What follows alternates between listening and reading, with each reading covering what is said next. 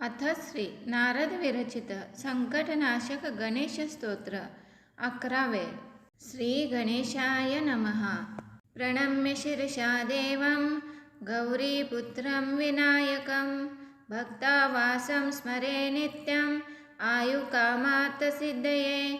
प्रथमं वक्रतुण्डं च एकदन्तं द्वितीयकं तृतीयं कृष्णपिङ्गाक्षं गजवक्त्रं चतुर्थकं लंबोदरं पंचमं च षष्ठं विकटमेव च सप्तमं विघ्नराजेन्द्रं धूम्रवर्णं तथाष्टकं नवमं भालचन्द्रं च दशमं तु विनायकम् एकादशं गणपतिं द्वादशं तु गजाननं.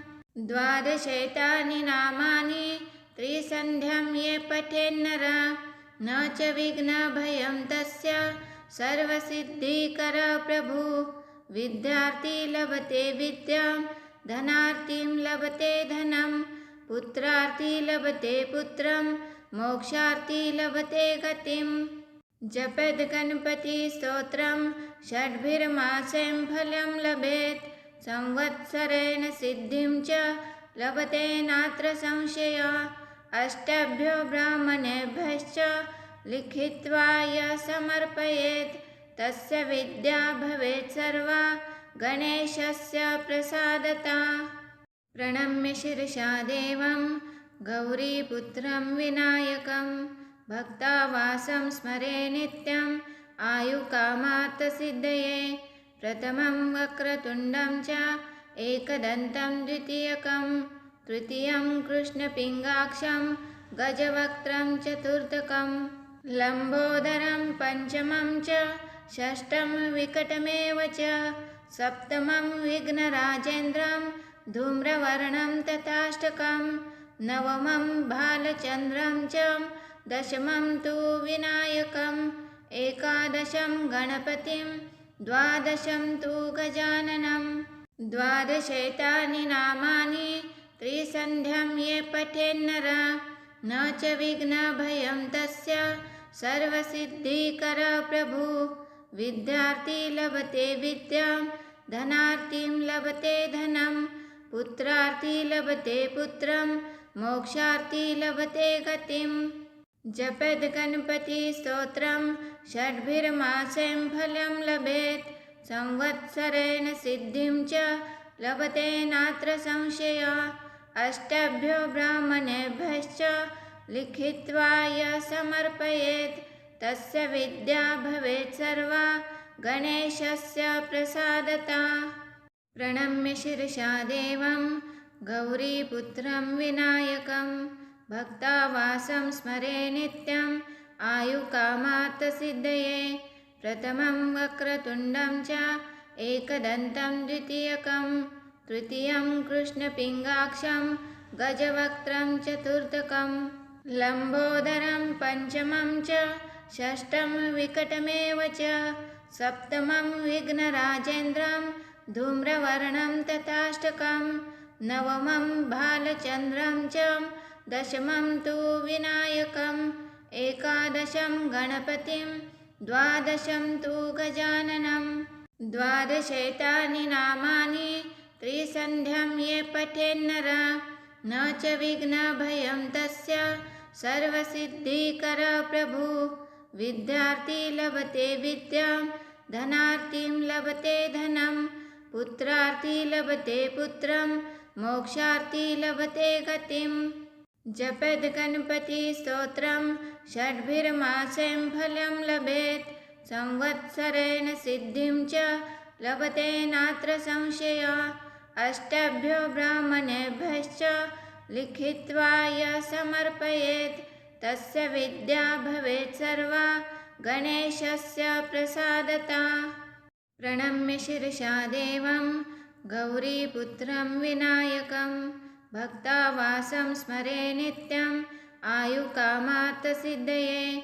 प्रथमं वक्रतुण्डं च एकदन्तं द्वितीयकं तृतीयं कृष्णपिङ्गाक्षं गजवक्त्रं चतुर्थकं लंबोदरं पंचमं च षष्ठं विकटमेव च सप्तमं विघ्नराजेन्द्रं धूम्रवर्णं तथाष्टकं नवमं बालचन्द्रं च दशमं तु विनायकम् एकादशं गणपतिं द्वादशं तु गजाननं द्वादशैतानि नामानि त्रिसन्ध्यं ये पठेन्नरः न च विघ्नभयं तस्य सर्वसिद्धिकर प्रभु विद्यार्थी लभते विद्यां धनार्थीं लभते धनं पुत्रार्थी लभते पुत्रं मोक्षार्थी लभते गतिं जपेद् गणपति स्तोत्रं षड्भिर्मासेन फलं लभेत्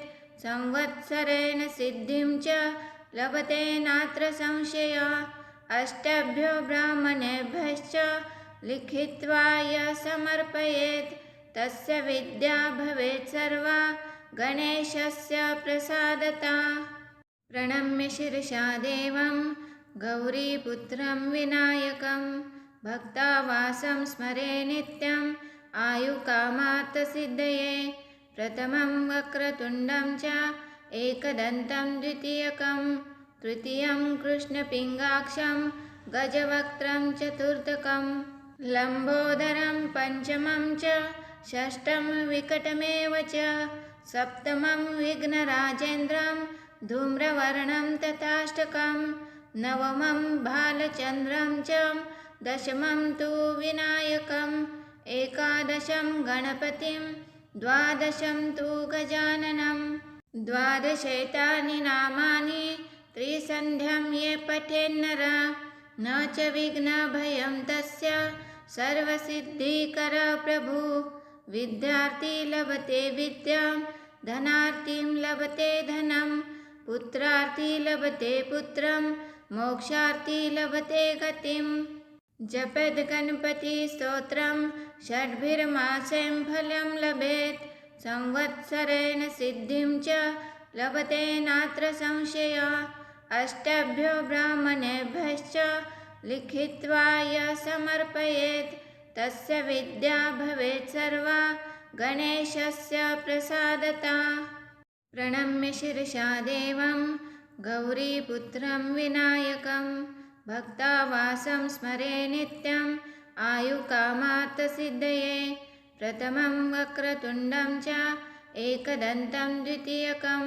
तृतीयं कृष्णपिङ्गाक्षं गजवक्त्रं चतुर्थकं लम्बोदरं पञ्चमं च षष्ठं विकटमेव च सप्तमं विघ्नराजेन्द्रं धूम्रवर्णं तथाष्टकं नवमं बालचन्द्रं च दशमं तु विनायकम् एकादशं गणपतिं द्वादशं तु गजाननं द्वादशैतानि नामानि त्रिसन्ध्यं ये पठेन्नरः न च विघ्नभयं तस्य सर्वसिद्धिकर प्रभु विद्यार्थी लभते विद्यां धनार्थीं लभते धनं पुत्रार्थी लभते पुत्रं मोक्षार्थी लभते गतिं जपेद् गणपति स्तोत्रं षड्भिर्मासेन फलं लभेत् संवत्सरेण सिद्धिं च लभते नात्र संशयः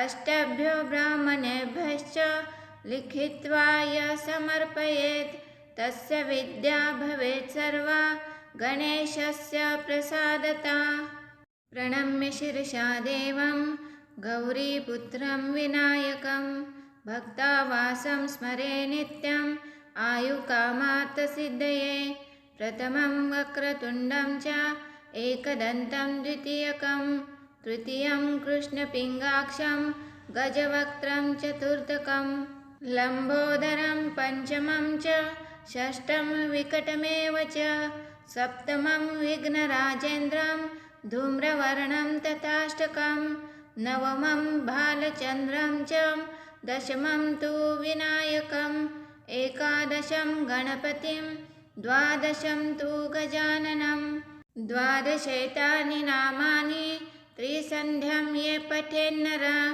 न च विघ्नभयं तस्य सर्वसिद्धिकर प्रभु विद्यार्थी लभते विद्यां धनार्थीं लभते धनं पुत्रार्थी लभते पुत्रं मोक्षार्थी लभते गतिम्। जपेद् गणपतिस्तोत्रं षड्भिर्मासेन फलं लभेत्। संवत्सरेण सिद्धिं च लभते नात्र संशयः।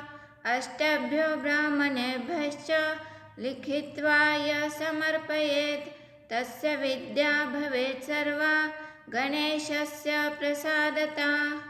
प्रणम्य शिरसा देवं गौरीपुत्रं विनायकं भक्तावासं स्मरे नित्यम् आयुकामार्थसिद्धये।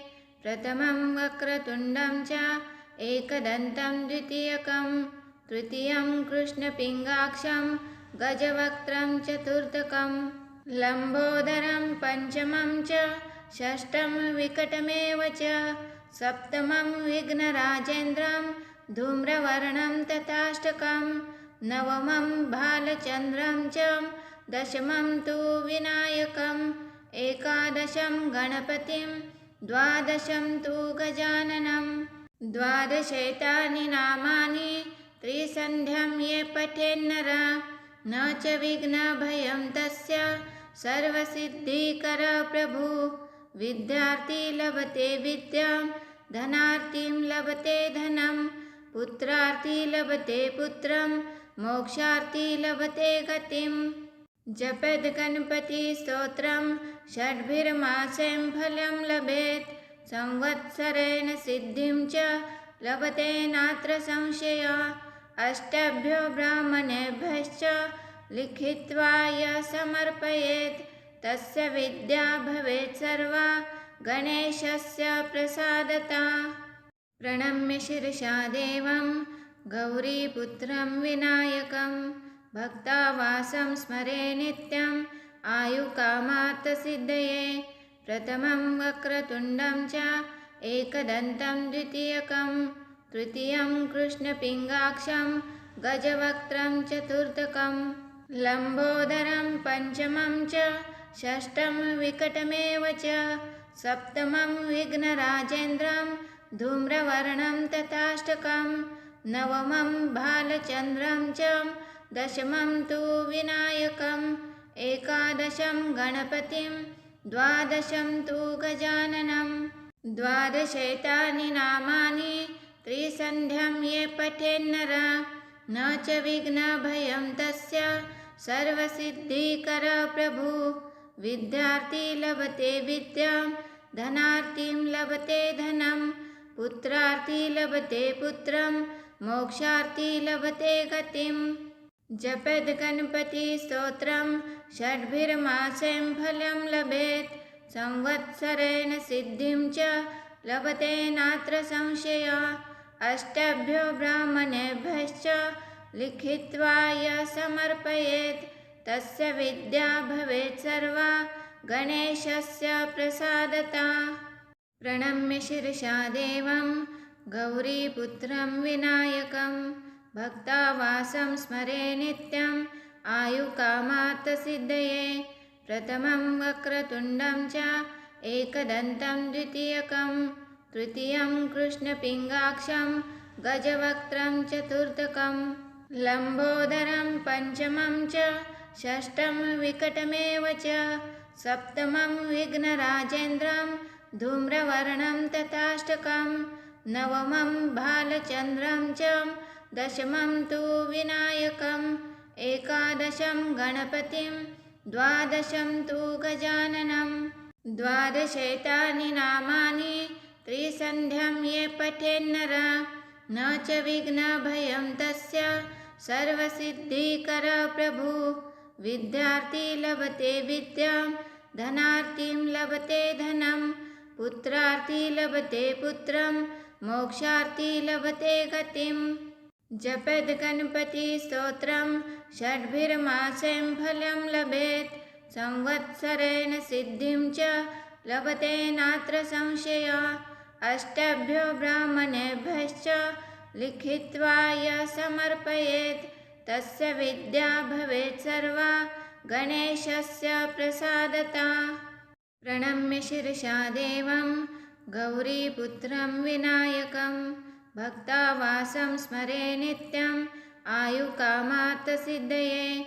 प्रथमं वक्रतुण्डं च एकदन्तं द्वितीयकं तृतीयं कृष्णपिङ्गाक्षं गजवक्त्रं चतुर्थकं लम्बोदरं पञ्चमं च षष्ठं विकटमेव च सप्तमं विघ्नराजेन्द्रं धूम्रवर्णं तथाष्टकं नवमं बालचन्द्रं च दशमं तु विनायकम् एकादशं गणपतिं द्वादशं तु गजाननं द्वादशैतानि नामानि त्रिसन्ध्यं ये पठेन्नर न च विघ्नभयं तस्य सर्वसिद्धिकर प्रभु विद्यार्थी लभते विद्यां धनार्थीं लभते धनं पुत्रार्थी लभते पुत्रं मोक्षार्थी लभते गतिं जपेद् गणपति स्तोत्रं षड्भिर्मासेन फलं लभेत् संवत्सरेण सिद्धिं च लभते नात्र संशयः अष्टभ्यो ब्राह्मणेभ्यश्च लिखित्वा यः समर्पयेत् तस्य विद्या भवेत् सर्वा गणेशस्य प्रसादतः।